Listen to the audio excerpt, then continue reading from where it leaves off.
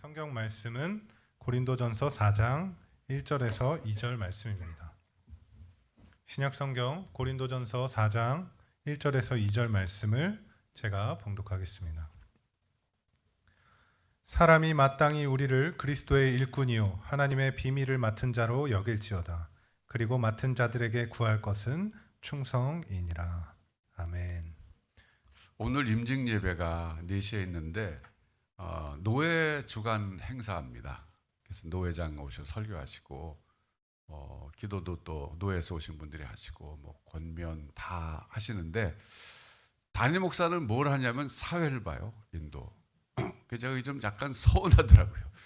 임직자들에게 나도 할 말이 있는데 노회 관례상 담임 목사는 예배 인도만 하는 거예요. 그래서 내가 약간 좀 아쉽다. 그래서 내가 만일에 임직 예배 때 설교를 하면 무슨 얘기를 할까를 묵상해 봤어요. 그래서 제가 오늘 준비했어요. 그래서 안 시키면 알아서 하면 되죠 뭐. 하나님의 비밀을 맡은 자들, 교회 중직자들은 누구냐? 하나님의 비밀을 맡은 자들이다. 근데 오늘 참 뜻깊은 것 같아요. 교회 창립 14주년에 이 임직자들을 세운다는 것 자체가 굉장히 부합하잖아요. 그렇죠? 교회는 건물이 아니고 사람인데 사람을 세우잖아요, 우리가. 제가 예배드리기 전에 저 뒤에 앉아서 앉아 있었는데 거기 케이크 큰 게 있어요. 앞에서 아까 케이크 커팅한 건 작은 거예요. 저 뒤에 큰 거 있는데 예배 끝나고 나갈 때 한 조각씩 갖고 갈 수 있을 것 같아요. 드릴 수 있고.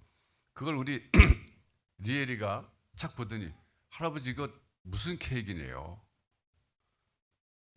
오늘 교회 생일이잖아 그랬더니 그렇지. 그런데 이거 누가 먹을 거냐요. 교회 생일인데 그래서 교회가 먹어야지 그랬더니 교회가? 얘는 건물 생각하는 거예요. 교회가 먹어? 그래서 교회는 건물이 아니고 사람이야. 네가 교회야 그랬더니 알아들은지 모르겠지만 어쨌든 교육의 순간이었습니다.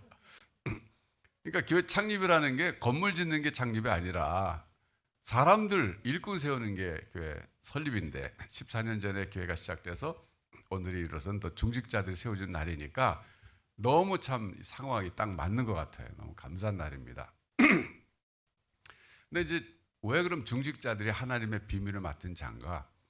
성경이 그렇게 말하고 있거든요.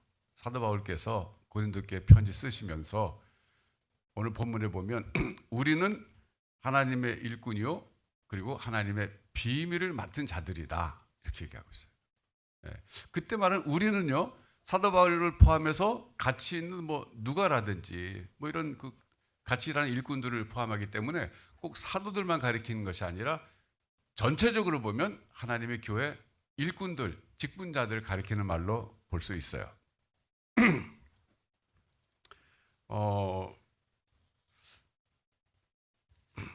그런 점에서 볼 때 교회는 어떤 곳이냐 하면 하나님의 비밀을 맡은 공동체라고 할 수 있어요. 그러니까 오늘 키워드가 하나님의 비밀이에요, 사실은. 근데 일단 하나님의 비밀이 뭔지는 제가 비밀로 하고 그래서 조금 이따 얘기해 드릴 텐데 교회는 하나님의 비밀을 맡은 하나님의 공동체라는 거예요. 그리고 거기서 일하는 일꾼들은 누구냐? 그 비밀을 특별히 맡은 자들, 열심히 더 맡아서 보관하고 있는 건 아닙니다, 사실은. 더 열심히 전파해야 될 사람들인데 하나님의 비밀을 맡은 자들이다. 이거예요. 그러니까 교회가 해야 될 가장 중요한 주력 사역은 하나님의 비밀을 사실은 널리 알리는 것이에요. 왜? 예수님이 땅끝까지 가서 증거하라 그러셨잖아요. 보통 우리나라 고전을 보면 소위 천기라는 게 있어요. 천기. 하늘의 비밀. 이거는 천기는 누설하면 안 된다는 금기사항이 있습니다. 여러분 어렸을 때 고전 읽다가 그런 거 많이 접해보셨죠? 천기를 아는 사람은 극소수인데 하늘이 그 사람에게만 앞으로 되어질 일을 보여준 건데 그걸 쉽게 오픈하지 말아라. 오픈하면 어떻게 돼요? 죽는다는 거예요. 동양사상에서는 천기는 누설하면 안 되는데 전 성경 보다가 감동받은 것 중에 하나가 그거예요. 천기를 세상 끝까지 가서 알려라 이런 얘기예요. 완전히 다르잖아요. 예. 하나님의 비밀을 모든 족속에 가서 알려줘라. 예. 천기를 누설해라. 이게 성경의 사상이거든요. 예. 그만큼 동양 사상과 성경의 기본적 사상은 다른 거예요. 여러분, 우리가 앞으로 교회를 할 때 중직자들 잘 생각해 보세요. 당회를 모인다든지 혹은 재직회로 모인다든지 뭐 총회, 공동회를 모인다든지 할 때 이 결정해야 될 때 결정의 기준이 있습니다. 그 기준이 뭐냐면 우리가 하려고 하는 이 일이 하나님의 비밀을 천하에 퍼뜨리는데 필요한 일이냐 아니냐, 이게 기준이 돼야 돼요. 제가 전에 윤영주 장로님을 만나서 대화할 기회가 있었어요. 제가 미국에 베들교에 있을 때 이분이 거기 간증 집회하러 오셨어요. 그래서 그분하고 이제 개인적으로 식사도 할 수 있는 시간이 있어서 쭉 얘기 들었는데, 그분이 그 당시에 온누리교회 소위 시무 장로 가운데 한 분이셨어요. 그러니까 온누리교회는 장로님이 너무 많기 때문에 다 당에 들어오면 몇백 명 들어와야 되잖아요. 그러니까 시무 장로님을 돌아가면서 하더라고요. 그래서 자기도 그 중에 한 사람이었는데, 온누리교회에서 당회에서 무슨 일을 결정할 때 기준 딱 하나밖에 없대요. 그래서 뭐냐 그랬더니 이 일이 선교에 관련된 일이고 도움이 되는 일이냐 아니냐, 이거밖에 없대요. 즉 복음을 전파하는데 이 일이 꼭 필요한 일이 아니냐, 필요한 일이다 그러면 무조건 하는 것이고, 필요하지 않다 그러면 돈이 아무리 조금 들어도 안 한다는 거예요. 필요한 일은 돈이 아무리 많이 들어도 한다는 거예요. 그 기준밖에 없대요. 그래서 제가 정말 참 좋은 기준입니다 그랬어요. 앞으로 우리 교회도 마찬가지예요. 당회를 하거나 재직회를 하거나 총회를 할 때 무슨 일 결정할 때 돈 너무 많이 드는데 왜 그게 하려고 그래요? 그게 아니라 이 일이 하나님의 비밀을 널리 전파하는데 도움이 되는 것이냐 관계된 것이냐, 그러면 아무리 돈이 많이 들어 하는 거고, 이 일이 뭐 돈도 얼마 안 들어요. 근데 전혀 관계가 없어. 그럼 안 하는 거예요. 이게 기준이 돼야 될 줄로 믿습니다. 자, 그러면 하나님의 비밀이 뭔가? 여기 영어 성경에서는요, The mysteries God has revealed 그랬어요. 그러니까 미스테리라는 말 썼어요. 미스테리. 여러분, 우리 사회에서 미스테리 그럼 뭐예요? 비밀스러운 거잖아요. 비밀스러운 거. 근데 성경에는 사실 헬라어로 무스테리온, 이게 이제 헬라어로 미스테리로 영어로 번역된 건데 마찬가지예요. 비밀이란 뜻인데 그것도 하나님의 비밀. 하나님이 계시하신 비밀이라는 거예요. 근데 한마디로 말하면 그게 뭐냐면요, 예수 그리스도예요. 하나님의 비밀은 예수 그리스도. 자, 증거가 어디 있는가? 골로새서 1장 26절과 27절 한번 보면 됩니다. 자, 성경 좀 보여주세요.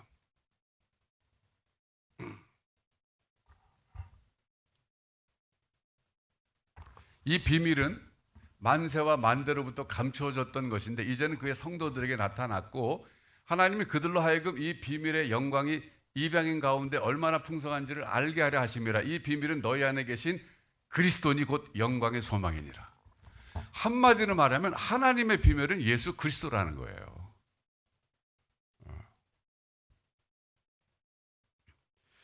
그러면 예수 그리스도가 왜 하나님의 비밀인가? 그거는요, 요한복음 14장 6절과도 관계가 있어요. 예수님 직접 하신 말씀이잖아요. 내가 곧 길이요 진리요 생명이니 나로 말미암지 않고는 아버지께로 올 자가 없느니라 그랬거든요. 그 요한복음 14장 6절이 뭐에 관한 말씀이냐면 아버지께로 가는 길이라는 거예요. 아버지 누굽니까? 창조주 하나님이신데, 그럼 우리 인간이 왜 창조주에게 가야 됩니까? 그거는 거기에 영원한 생명이 있기 때문에 그렇다는 거예요. 영생, eternal life가 있다는 거예요, 하나님께. 그런데 예수 그리스도야말로 그분을 통해서 가야만 그 영원한 생명을 갖고 계신 하나님께로 갈 수 있고, 그래서 우리가 영생을 누린다, 이런 거예요. 이게 비밀이라는 거예요. 전 이번에 이제 제가 뜻하지 않게 어떻게 보면 이집트를 다녀온 셈이 됐는데, 우리 수아가 거기 가서 이제 그 리서치를 하는데 12세기, 13세기에 있던 어떤 고문서를 가지고 연구해야 돼요. 아랍어로 쓰여진 거를. 근데 그게 거기 있다고 그래서 갔어요. 저희 보고 와서 피라미드 한번 보라고, 피라미드. 그래서 갔어요. 제 얼굴 많이 탔죠? 이집트에서 탄 거예요, 이게. 돈 많이 드는 거예요, 이게 탄 게. 아우, 여러분, 이집트 가실 때 겨울에 가세요. 여름에 갈 게 못해요. 너무 더워서 제가 물어봤더니 겨울에 오래, 겨울에. 뭣도 모르고 제가 그 여름에 간 거예요. 가봤더니요, 피라미드가 대단하더군요. 최고로 높은 피라미드는요, 146m예요. 그런데 20년 동안 12만 명이 달라붙어서 만들었대요. 바라오들요, 굉장히 이기적인 사람들이었어요. 자기가 바로가 되면 그때부터 피라미드를 지으라고 명령하는 거예요. 자기 살아있을 때부터. 그래가지고 죽을 때 끝나는 거예요, 이제. 그런데 왜 그걸 졌는지 아세요, 여러분? 무덤이죠, 물론. 근데 바로가 죽으면 그 다음에 그 시체를 어떻게 해요? 미이라로 만들잖아요, 미이라. 왜 미이라를 만드는지 아세요? 그 사람들의 종교 사상 속에는 어떤 개념이 있었냐면 사람이 죽었다가 다시 살아난다는 생각이 있었어요. 근데 육체가 있어야 그 사람이 다시 살아날 수 있음을 믿었어요. 그러니까 이거는 보면 신학시대의 그 영지주의하고는 좀 달라요. 제가 이번에 그런 걸 좀 비교해 봤어요. 우리 여기 전강하신 분들은 아실 거예요. 그렇죠? 신약시대 그 그노스티시즘, 영지주의는요, 영은 선하고 육체는 악하다, 물질은 악하다. 그래서 부활이라고 하는 것을 굉장히 멸시했어요. 아테네에 갔을 때 사도바울이 육체의 부활을 얘기했더니 그때부터 비웃기 시작했다고요. 그러니까 지도를 생각해 보세요. 여기 이집트가 있고 여기 유럽이 있는데, 그리스가 있는데, 이 유럽 쪽에 있는 사람들은 영지주의에 물들어가지고 육체의 부활을 전혀 믿지 않았는데 비해서 이 이집트 사람들은 육체의 부활을 그리워했다는 거예요. 그걸 원했다는 거예요. 그러니까 참 특이하죠? 전 그게 특이하다고 생각하고 앞으로 좀 더 연구해보고 싶은 주제예요, 그게. 영향을 주고 받았을 텐데, 틀림없이. 그래서 이 사람들이 미이라를 만든 이유가 영어로는 after life란 말 쓰더군요. eternal life란 말 잘 안 쓰대요. 통역하는 사람, 가이드를 제가 이제 붙여서 들어봤는데 이 사람들 after life란 말 쓰는데 그 after life, 그게 영원한 삶인데 거기에 들어가기 위해서는 미이라라는 육체가 남아 있어야 된다는 거예요.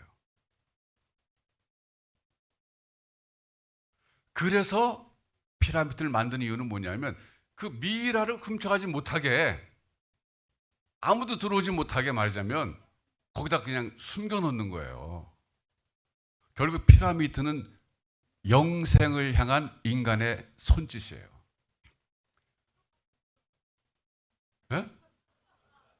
다혜라, 설교 시간에 질문하는 거 아니야. 근데 저게 순수한 거죠. 나중에 할아버지한테 물어봐, 개인적으로. 그래서 그러면서 이제 제가 또 그 고대 그 진시황릉 있잖아요. 진시황릉에 대해서 다시 한번 찾아봤어요. 그 진시황도 결국은 불멸하고 싶었잖아요. 죽지 않고 영생을 찾았잖아요. 그러니까 세상의 최고 권력자들인 고대 왕들이요, 마지막 가서 권력을 누리다 마지막 원하는 것은 영생이라는 거예요. 네. 그래서 이제 이집트 피라미드에 가보면 이제 벽화가 그려져 있는데 거기 바로가 그려져 있을 뿐만 아니라 그 옆에 사람들이 그려져 있는데 저는 그게 뭔지 몰랐는데 이번에 설명 듣고 알았어요. 그 사람은 전부 신들이에요, 신. 그러니까 왜 신을 같이 그려내냐면 소위 왕권 신수설의 배경이에요, 그게. 자기가 바로가 돼가지고 통치하는 것은 이 신이 자기에게 그런 파워를 줬다는 거예요. 그래서 옆에다 그려놓고 주로 신들이 그 바로를 이렇게 손을 갖다 대는 형식으로 되어 있더라고요. 주는 모양으로. 그럴 뿐만 아니라 영원한 생명도 준다는 거예요, 신들이. 그러니까 고대 이집트인들의 그 머릿속에는요, 신들의 세계에 영생이 있다는 걸 알았어요. 이게 사실 일반 계시죠. 일반 계시예요. 그건 특별 계시는 아니고. 그래서 자기가 영생하고 싶어서 바로가 되자마자 그 참 20년 동안 짓게 만든 그 바로 되잖아요. 12만 명 동원해가지고. 그래서 사실 경제가 좀 파탄해서 나라가 어려워졌단 말도 있더라고요. 근데 그게 결국 뭐냐면 그 영원한 생명을 원했기 때문에 그렇게 피라미드를 졌던 거거든요. 자, 그런데 보세요. 그렇게 해서 영생을 얻게 됐습니까? 아니라는 거예요. 그러니까 인류 역사가 시작되고 나서 수많은 왕들이 원했던 것은 권력 다음에 그 다음에 애프터 라이프에서 영원한 생명을 원했었는데 아무도 그걸 찾지 못했는데 하나님의 비밀 예수 그리스도, 그 예수 그리스도께서 오셔서 하신 말씀이 내가 곧 길이요 진리요 생명이니 나로 말미암지 않고는 아버지께로 올 자가 없다 그러신 거예요. 이게 비밀이라는 거예요. 성경이 그렇게 말하는데 또 한 가지 하나님의 비밀과 관련해서 말하는 게 뭔지 아세요? 하나님이 오랫동안 감추었었는데 하나님의 비밀을 때가 되매 하나님이 나타내셨다는 거예요. 즉 예수께서 육체의 몸으로 오셨다는 거예요. 그게. 그리고 예수님께서 승천하시면서 하신 말씀이 뭐예요? 직전에 제자들에게 너희는 이 복음을 온 천하에 다니면서 모든 족속에게 가서 전하라 그랬다고요. 천기누설을 하라 그랬어요. 천기누설. 네. 이걸 너희들만 알고 있지 말고 모든 사람들이 알게 하라. 이게 복음 전파예요.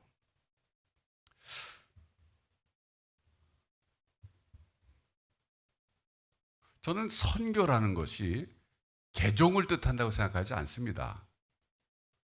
선교는요, 그 사람에게 줄 수 있는 최대의 선물을 주는 거라고 저는 믿어요. 왜? 영원한 길로 인도하는 예수 그리스도를 전해주는 것처럼 귀한 선물이 어디 있어요? 그러니까 여러분들이 누구에게 복음 전한다 그럴 때 개종시키겠다 그 생각하지 마세요. 개종이 아닙니다. 하나님이 감추었던 그 비밀을 알게 해주는 사랑의 행위예요. 그러니까 자신 갖고 그렇게 자신감 갖고 전해주시라고요.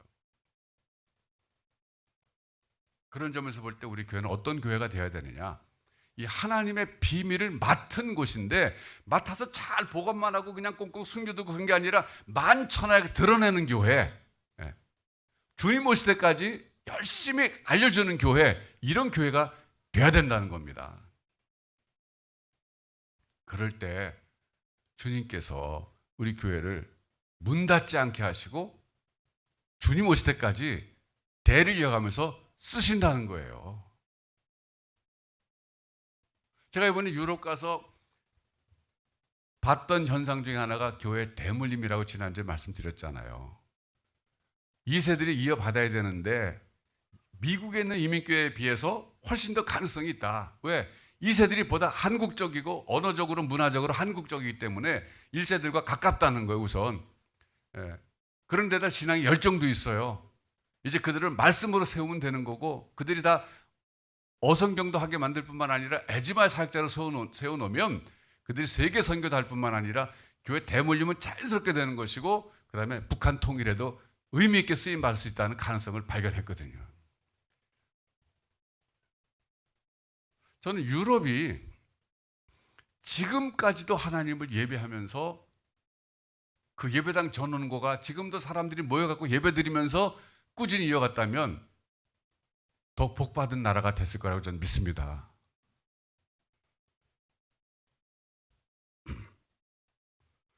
근데 이제 이해가 안 되는 건 아니에요. 유럽 사람들하고 우리는 생각이 다른 게 뭐냐면 1, 2차 세계대전에 대한 해석이 달라요. 우리는 그냥 남의 나라에서 일어난, 저 멀리 유럽에서 일어난 전쟁이지만 그 사람들은 자기 땅에서 일어났고요. 인류가 저지른 최악의 실수가 1, 2차 세계대전이라고요, 사실은. 근데 전부 기독교 국가였거든요. 가톨릭을 믿든 개신교를 믿든 전부 같은 하나님 믿는다는 사람들이 엄청난 인류 역사에 씻지 못할 죄를 졌으니까 기독교에 대해서 신물을 느끼는 건 너무나 자연스럽고 당연한 거예요. 근데 저는 어떻게 생각하냐면요. 그런데 한국에 지금 이 남한에다가 하나님이 이 기독교를 이렇게 펼쳐 놓으신 것은요. 유럽에 지금 영적인 틈새로 들어가서 다시 그들을 일깨우라고 하시는 사인이 아닌가 싶어요. 그 일을 할 수 있는 나라는요, 이 동양에서는 한국밖에 없어요. 정말 이상한 거예요, 여러분. 오늘 한국이 굉장히 위상이 높아졌어요. 제가 영국의 그 런던에서 이제 영국 티 문화를 한번 누리고 싶어 갖고, 왜 오후 3시까지인가 티타임이라 그러더라고요. 그래서 한번 그거 좀 데려가 달라 그랬는데 결국 못 하고 왔어요. 제가 얼마나 억울한지 모르겠는데 바빠가지고 한 일주일 있었는데 못 했어요. 시간이 없어서. 그래도 아쉬워서 이제 어느 호텔 가서 티 한잔 하자고 갔어요. 제가 그랬더니 다 뭐 폐장이더라고. 안 한대. 거긴 안 한대. 근데 티 달라고 그랬더니 정말 아주 핸섬하게 생긴 그 부끄라파 쪽 그 청년이 서버예요. 그래서 티를 갖고 왔어요. 그래서 뭐 티를 놓더니 뭐 그 영국식 영어로 막 하더니 갑자기 고맙습니다 그래 절도록 했어요. 깜짝 놀라서 쳐다봤더니 한국말 한 거 맞냐고 했더니 맞대요. 그래서 어떻게 한국말을 하냐고 했더니 자기가 드라마를 본대. 한국 드라마. 뭐 보냐고 했더니 우영우를 본대요. 세상에. 나도 안 봤는데. 나 제목밖에 모르는데. 프랑스 공항에서 이제 비행기 타려고 나와서 이제 물어봐야 되겠더라고. 이제 안내하는 그 여자분이 계셔서 이제 영어로 이제 오고 내가 가는 비행기 여기 지금 체크하는 거 맞냐 그랬더니 이분이 뭐랬는지 아세요? 저보더니 잠깐만요. 깜짝 놀랐어. 내가 잘못 들었나 했어. 잠깐만요 그랬더니 한국말로 잠깐만요 그런 거예요. 기다리라는 거예요. 그래서 깜짝 놀라고 당신 어떻게 이렇게 한국말 잘하냐 했더니 자기는 드라마 보고 그랬대요. 그래서 내가 너 그건 BTS 아냐? 그랬더니 자기는 BTS 싫어한대. 자기는 빅뱅을 좋아한대. 아, 참 세상에. 그래서 우리 하도 신기해서 사진 찍었어요. 자, 사진 한 장 찍자. 제가 또 파리에서 점심 먹으러 나갔다 이제 둘이 나갔어요. 그래서 길거리에서 거기는 음식 많이 먹잖아요. 아, 좋다. 여기 샌드위치 하나 먹자고 앉았는데 서버 아줌마가 오더니 한국말 하는 거 있죠, 또. 그래서 어떻게 한국말 배웠냐고 했더니 자기도 드라마 봤대는. 세상에요. 지금 어느 나라 가든지 감사합니다 이제 다 하는 것 같아, 사람들이. 어떻게 이런 일이 대한민국에 생길 거라고 여러분 10년 전, 20년 전에 생각이나 했어요? 못 했잖아요. 그래서 이제 다니다 보면 저보고 이제 차이나 중국 사람에게 물어봐요. 처음에는 이집트 갔더니 그래서 코리아냐고 했더니 막 너무너무 반가워하는 거 있죠. 그러니까 하나님께서 한국의 이 위상을 왜 이렇게 오늘 높여주셨을까 했을 때 뭐 여러 가지 뭐 사회학자나 뭐 이런 사람들 분석하는 기준에 의해서 하겠지만 저는 영적인 해석을 하자면 하나님이 선교 역사를 보면 돈 있고 부자가 되고 가난한 나라를 선교에 돈 없고 가난한 나라 쓰신 게 아니라 돈 있고 여유 있고 경제적으로 성공한 나라들을 선교로 쓰신 거예요.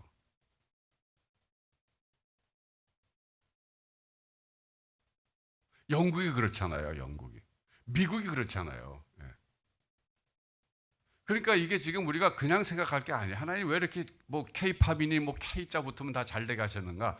하나님이 뭔가 뜻이 계신 거예요. 그게 우리는 영적으로 해석해야 되는데 유럽이 지금 저렇게 후기 기독교 사회가 돼서 넘어가고 있지만 한 번 더 저들에게 생명의 복음을 전하라고 우리에게 복음을 들려주고 하나님의 비밀을 맡겨놓은 교회가 저는 한국교회라고 믿는 거예요. 이거 우리 해야 됩니다. 이거. 그래 우리가 사는 거예요. 그게 우리 자손을 살리는 길이고 자손에게 복받게 하는 길을 열어주는 것입니다.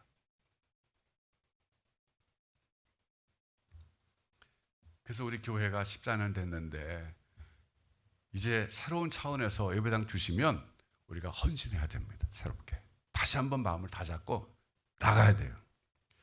자, 그러면 우리가 어떤 자세로 이걸 감당해야 되느냐? 오늘 2절에 보면 맡은 자들에게 구할 것은 충성이라 그랬어요. 하나님의 비밀을 맡았다? 그러면 충성스럽게 그를 맡아서 선교를 누설하라 이런 뜻이에요. 제가 이제 신학교에서 목회학을 지난 한 12년 동안 가르쳤어요. 근데 참 보람을 느껴요. 지금도 영국에 그 런던에 갔더니 거기 한빛교회라는 거 갔더니 목사님 제가 목사님한테 배웠습니다 그러더라고. 오늘 보니까 기억이 안 나. 하도 학생들이 많았기 때문에 제가 1200명을 가르쳤더라고요. 생각해 보니까 그동안에. 그러니까 그 학생 기억이 안 나더라고요. 그런데 불가리아 갔어요. 불가리아 가서 한국 선교사님단 모이라 그랬더니 그 중에 한 사람이 목사님 저도 목사님에게 배웠습니다. 그래서 봤더니 얼굴 기억나더라고요. 그 사람. 말레이시아 갔더니 말레이시아에서 어느 부목사 목사님 저도 목사님께 배웠습니다. 그래요. 참 제가 보람을 느끼는데 수업 시간에 이런 말을 했어요. 80명 모인 자리에서 여러분 가운데 30%를 제외하고 나머지 70%는 평생을 목회하는데 100명 미만의 교회를 목회하다가 은퇴할 겁니다. 그랬어요. 그게 현실입니다. 여러분 그 누구도 그 80명의 신학생 가운데 내가 신학교 입학하면서 야 나는 가서 내가 정말 목회를 잘해야지 내가 정말 큰 목회해야지 그러지 아 난 뭐 한 50명 목회하다 말 거야 이런 사람은 아마 10%도 안 될 거예요. 근데 현실은 어떠냐 30%만 100명 넘어가는 교회에서 목회하고요 그나마 30%에서 10%만 그래도 몇백 명 이상이지 나머지는 다 100명에서 몇 명 하다가 다 많은 건데 문제는 70%가 100명 미만의 교회를 평생 목회하다가 은퇴한다는 거예요. 자, 그래서 이게 현실입니다. 이게 목회 현실입니다. 그럼 우리 어떻게 해야 되느냐? 성경을 다시 봅시다. 달란트 비유를 보자. 달란트 비유. 여러분, 달란트 비유의 포인트가 뭔지 아세요? 얼마나 많이 남겼느냐가 아니라 얼마나 착하고 충성됐느냐가 하나님의 판단 기준이에요. 10달란트 받은 사람이 10달란트 남겼다 그랬을 때 주님이 그 주인이 뭐라 그랬는지 아세요? 내가 착하고 충성되던 내가 작은 일에 충성했다 그랬지. 넌 좀 큰 일 했구나 그러지 않았어요. 똑같이 작은 일이에요. 5달란트 받아서 5달란트 남긴 사람에게도 착하고 충성된 정한 내가 작은 일에 충성했다 그랬어요.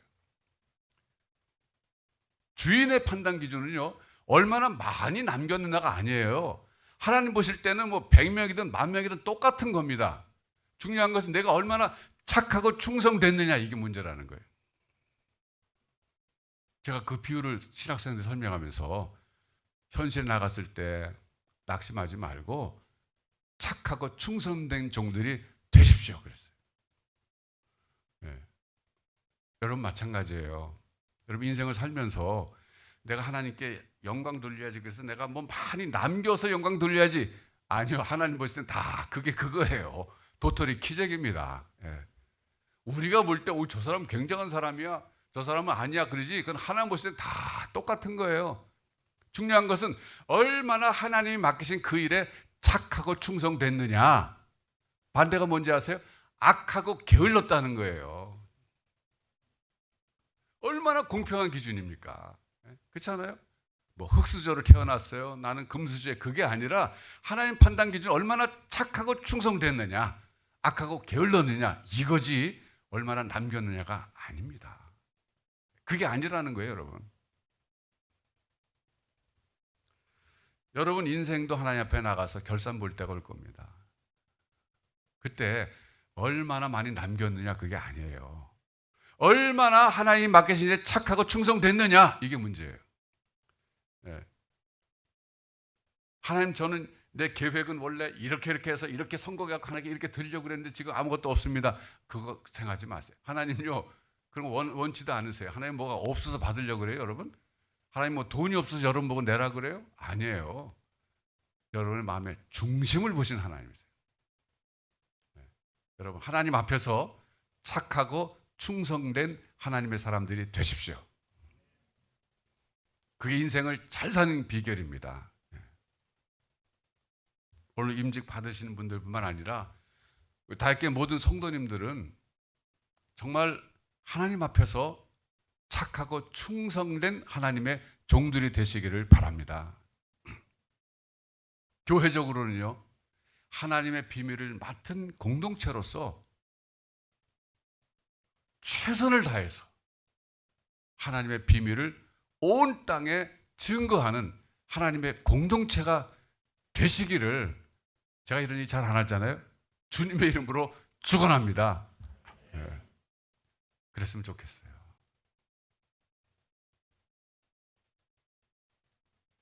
저는 이제 예배당 짓고 나면 한 3년 정도 더 할 수 있겠죠. 공식적으로. 제가 은퇴하게 되면 장로님들이나 우리 교인들하고 의논해갖고 제가 협동 목사를 하든가 뭘 하든가 그럴 생각은 있어요. 받아주신다면. 예. 안 받아주시면 할 수 없고. 예. 협동 목사 정도는 괜찮잖아요. 그렇죠? 예. 예. 그러면서 제가 하고 싶은 게 뭔가 했을 때 선교적인 삶을 좀 살고 싶은 마음이 있어요. 예. 제가 평생 못 해본 게 선교사거든요. 선교사는 좀 해보고 싶어요. 예. 그래서 에즈마의 사역이 그게 아닌가 싶어요. 제가 마지막으로 하고 갈 일이 에즈마의 사역이 아닌가. 제가 지난주에 설교했지만 제가 기도하고 있어요. 예. 그러면서도 예배당은 정말 잘 완성하고 싶고 제가 목회 현직에서 하는 동안에 가능하면 예배당 빚을 다 갚고 싶어요. 네. 아멘? 네. 그래서 이번에 아까 건물 보셨잖아요. 마지막 고비인데 그 재판 때문에 그런 거예요. 지금 재판에 돈이 12억인가 15억 얼마 걸려 있잖아요. 그것만 없으면 괜찮은데 뭐 교회 사랑 특별 예금 안 해도 괜찮은데 재판이 생각보다 늦어지는 거예요. 또 서울 보증보험에서 나올 돈도 있는데 그것 다 재판이 끝나야 또 나온대요. 그러니까 다 겹쳐 있어 지금 이게. 네, 정말 이게 제가 볼 때 예배당 마지막 고비인 것 같아요. 그래서 고지가 저긴데 예수 말 수 없다. 이 시기가 생각나더라고요. 저도 저 나름대로 예배당은 이번에 꼭 완성하고 싶은데 지난번에 건축 소장님 만나보니까 12월 25일에 입당 예배 드릴 수 있을 것 같대요. 얼마나 감사해요. 입당 예배 드리면 입당이 되면 그 예배당을 다시 건물을 담보를 해가지고 하나은행에서 대출을 더 많이 받을 수 있어요. 그렇게 되면 여러분이 예금한 거 그때부터 찾을 수 있어요. 그러니까 1년도 안 걸리는 거예요, 사실은. 그래서 제가 요즘 별 생각을 다 해요. 제가 옛날에 거쳐왔던 우리 그 할렐루야 교인들한테 한번 얘기해 볼까 그러다가 그건 아닌 것 같아. 그 우리 힘으로 해야지 또 남의 손이 필려. 자존심 상하게. 우리 교인들 지금 할 건 다 한 것 같아 이제. 그동안 여러분 너무 감사해요. 여기까지 온 것도 정말 여러분들이 헌신했기 때문에 왔어요. 그래서 제가 건축위원 재정팀 물어봤더니 10월 달, 9월, 10월, 11월 달이 제일 어려울 것 같은데. 그러니까 다달이 내는 거거든요. 이게 다달이 건축된 것만큼 내는 건데 그때가 돈이 제일 많이 들어가고 제일 지금 돈이 없대요. 그래서 어떡하나. 근데 지금까지 인도하시고 하나님이 하셨는데 하시지 않겠냐. 제가 별 생각을 다 해요. 제가 주문진에 아파트 하나 있거든요. 그거 담보를 해서 돈을 빌려서 나도 해야 되나 지금. 별 생각을 다 하고 있어요. 지금. 노후에 살려고 지금 연금 들어오는 거 깨야 되나. 별 생각 다 하고 있어요. 왜냐면 제가 너무 그거 예배당 입당하고 싶으니까 그래요. 어떻게 보면 겉으로 눈으로 보이는 저의 목회 피리어드 찍는 것 같아요. 건물 짓는 게 일단은. 그래서 여러분 제가 제 속마음을 여기 보여드리는 거예요. 이게 그만큼 의미가 있다 저에게는 개인적으로도 우리 교회도 개인적으로 여러분에게도 의미가 있는데 생각해 보세요. 우리가 예배당 지려고 제가 예배당 집시다 한 얘기 한 번도 안 했어요. 아까 말씀드렸지만 하나님의 강권적인 역사로 여기까지 왔는데 이제 눈에 보이고 있어요. 이게 시작입니다. 예배당 지면 이게 시작이에요. 전 시작입니다. 그러면 기도해 주세요. 제 후임으로 정말 좋은 분 보내달라고 기도하세요. 저도 기도하고 있어요. 정말 좋은 분 오실 거라고 저는 믿습니다.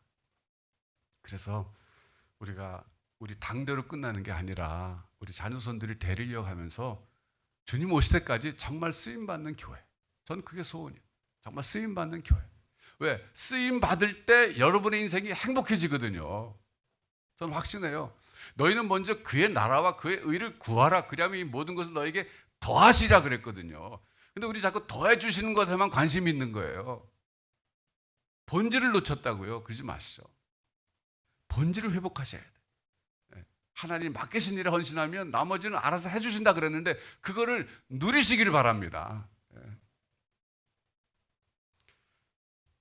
여러분 같이 한번 우리 기도하겠어요. 시간 마음을